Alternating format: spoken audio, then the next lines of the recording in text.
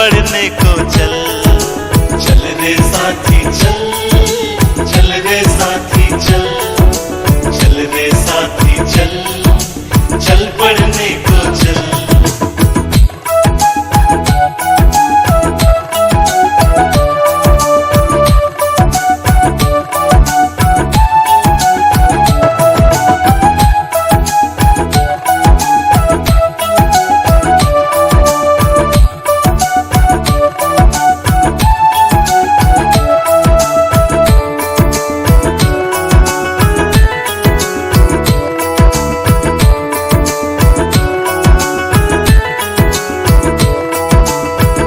रहेगा कोई निरक्षर कोई भूखा नंगा, इस धरती पर बह जाएगी ज्ञान की निर्मल गंगा।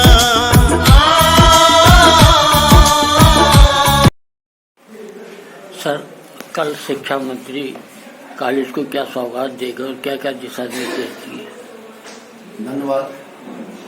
कल माननीय शिक्षा मंत्री श्री युगल उपाध्याय जी द्वारा महाविद्यालय में कृषि भवन का लोकार्पण किया गया।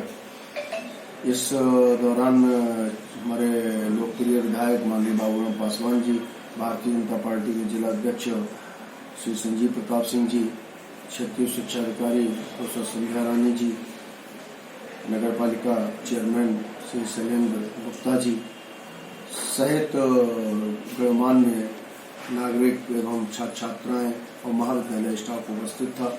उन्होंने लोकार्पण के बाद महाविद्यालय के पुस्तकालय का निरीक्षण किया, महाविद्यालय के भवन का निरीक्षण किया और उसके बाद उन्होंने जो हमारी मांग थी उसमें BSc-AG में सीटें बढ़ाने की बात थी, तो उन्होंने मंच से कहा कि जितनी सीटों की आवश्यकता होगी हम दे पाएंगे, आप लिख के भेजें, उतनी सीटें हम आपको देंगे जिससे कि बच्चे प्रवेश से वंचित न रहें।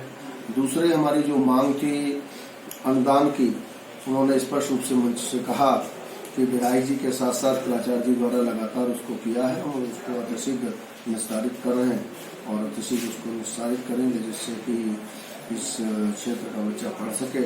और विधायक जी ने निश्चित रूप से बहुत अच्छी बात कही कि आपका नाम इतिहास के पन्नों में दर्ज किया जाएगा, इस कॉलेज के इतिहास में लिखा जाएगा कि आपके कर कमलों द्वारा इस क्षेत्र का जो प्रमुख पुराना महाविद्यालय था वह जिस उद्देश्य से खोला गया था उसकी पूर्ति हो जाएगी।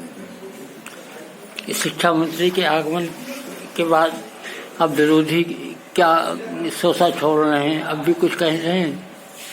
मुझे नहीं समझ में आता है कि कौन विरोध है उनका, किसका क्या उद्देश्य है, वो क्यों विरोध करते हैं। विभिन्न प्रकार की वार्ताएं होती हैं, विभिन्न प्रकार के आरोप प्रत्यारोप होते हैं। मैंने पहले भी कहा था, फिर है कि जो काम करता है लोग उसका विरोध करते हैं। हमने काम किया है, काम करके दिखाया है। लोग कहते थे BSc-AG नहीं प्रारंभ होगी, हमने BSc-AG प्रारंभ कराई है, हम दूसरी पत्रावली भी निस्तारित कराएंगे और निरंतर हम आगे बढ़ रहे हैं, हमने पीछे मुड़ के नहीं देखा है।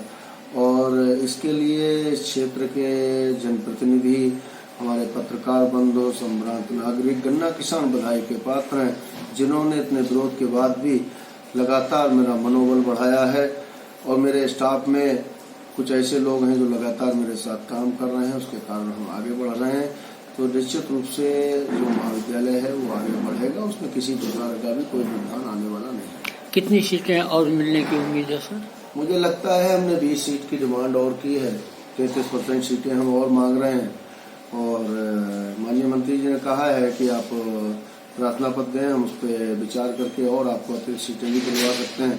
तो हम लगातार प्रयास करेंगे कि जितनी अतिरिक्त सीटें मिल जाएं जिससे बच्चे प्रवेश से वंचित न रहें। अधिकांश छात्र एडमिशन लेना चाहते हैं लेकिन सीटें कम होने एक्चुअल क्योंकि पीलीभीत जनपद में एक सुवित्त पोषित महाविद्यालय एमी में BSc-AG का संचालित है।